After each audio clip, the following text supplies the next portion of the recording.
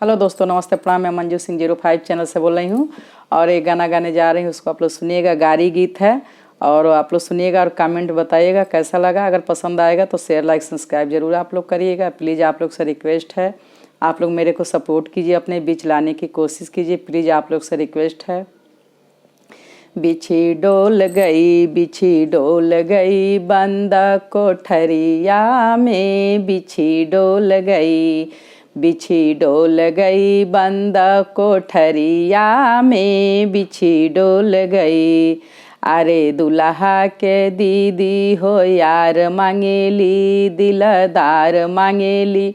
अरे रोडवा चलाए खातिर कार मांगेली। अरे खाए खातिर चाउमीन चाट मांगेली। अरे सेझिया सोवे खातिर साढ़ मांगेली। बिछी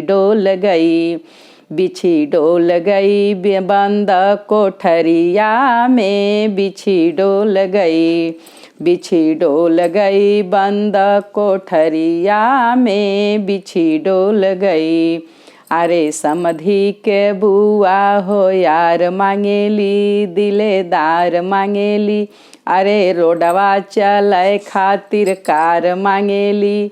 अरे खाए खातिर चाउमीन चाट मांगेली।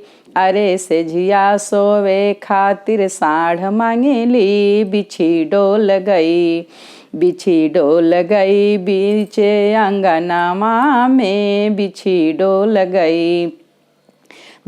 डोल गई बंद कोठरिया में, बिछी डोल गई बंद कोठरिया में, बिछी डोल गई। अरे बरतिया हवा के दीदी हो यार खोजेली, दिलेदार खोजेली। अरे रोडवा चले खातिर कार मांगेली। अरे खाए खातिर चाउमीन चाट मांगेली। अरे सझिया सोवे खातिर साढ़ मांगेली। बिछी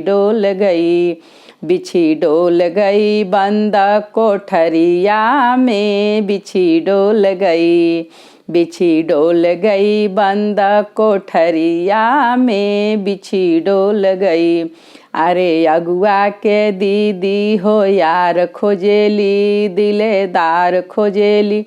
अरे रोडवा चले खातिर कार खोजेली। अरे खाए खातिर चाउमीन चाट खोजेली।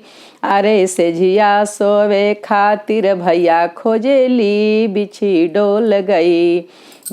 डोल गई बंद कोठरिया में, बिछी डोल गई बंद कोठरिया में, बिछी डोल गई। अरे भौसुर के दीदी हो यार खोजेली, दिलेदार खोजेली। अरे रोडवा चले खातिर कार खोजेली। अरे खाए खातिर चाउमीन चाट खोजेली। अरे सेझिया सोवे खातिर साढ़ खोजेली। बिछी डोल गई बंद कोठरिया में, बिछी डोल गई बंद कोठरिया में, बिछी डोल गई बंद कोठरिया में, बिछी डोल गई। हेलो दोस्तों, नमस्ते, प्रणाम। कमेंट बताइएगा जरूर कैसा लगा मेरा गाना सुन के आप लोग। प्लीज़ आप लोग से रिक्वेस्ट है।